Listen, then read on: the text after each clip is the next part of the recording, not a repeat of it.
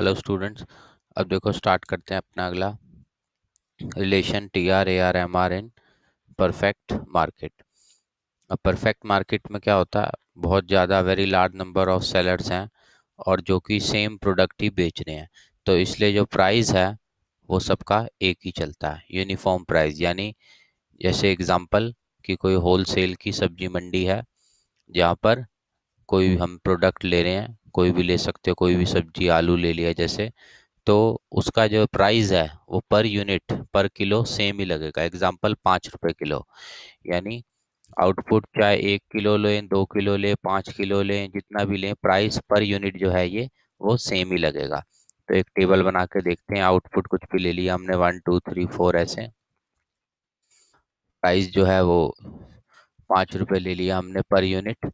तो T R मतलब total revenue, या सिंपल करके बोले तो सेलर को कितना पैसा मिलेगा माल बेचने से। अगर जीरो यानी कुछ बिका ही नहीं तो 0 रुपए मिलेंगे टोटल उसको रेवेन्यू।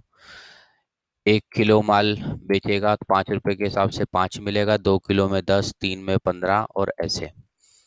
अब अगला M R, marginal revenue. Marginal कोई भी चैप्टर और फॉर्मूला है, वही जो होता है टोटल की कितनी जंप लग रही है, कितना इंक्रीज आ रहा है जब एक और यूनिट यहाँ बढ़ रहा है। अगर हम यहाँ जंप देखें, इसमें इंक्रीज जो हुआ 0 से 5, 5 से 10, 10 से 15, ये 5 5 का ही जंप आ रहा है इंक्रीज। तो एम आर हो गया हमारा 5। अब अगला ए आर। ए आर का मतलब होता है एवरेज रेवेन्यू, यानी टोटल अपॉन आउटपुट। अब यहाँ हम ध्यान से देखें, आउटपुट इनटू प्राइस तो टोटल था, तो टोटल अपॉन आउटपुट, तो यही प्राइस है और इसी का नाम हो गया एवरेज, क्योंकि एवरेज भी यही होता है, टोटल अपॉन आउटपुट। तो ये प्राइस के इक्वली 5 5 आ गए, यानी बराबर आ गए एम आर ए आर। अब इसमें अगर हम टी आर की कुछ खास बात देखें कि जो टी आर इंक्रीज हो रहा है वो 5 5 5 5 5 से ही हो रहा है, कांस्टेंट रेट से आगे बढ़ रहा है टी आर। तो ये बातें हमने पहले भी देखी हैं, जब भी कोई चीज़ कांस्टेंट रेट से बढ़ती है तो उस वो एक स्ट्रेट लाइन बनेगी। तो ग्राफ बना के देखते हैं आगे। यहाँ जैसे कि हम ग्राफ को देख रहे हैं कि ये एक स्ट्रेट लाइन है और सीधा ऊपर जा रहा है टी आर।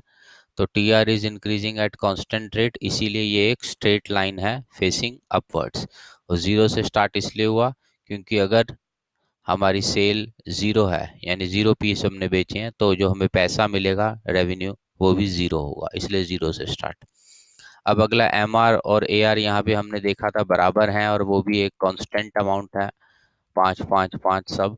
तो आउटपुट चाहे 1 यूनिट हो, 2 यूनिट हो, ये सेम ही रहेगा, 5 5 5। इसलिए ये जो लाइन है ये पैरेलल टू एक्स एक्सिस जा रहा है और A R is equal to M R यहाँ पर आ रहा है। तो ये था हमारा T R A R M R relation in perfect market.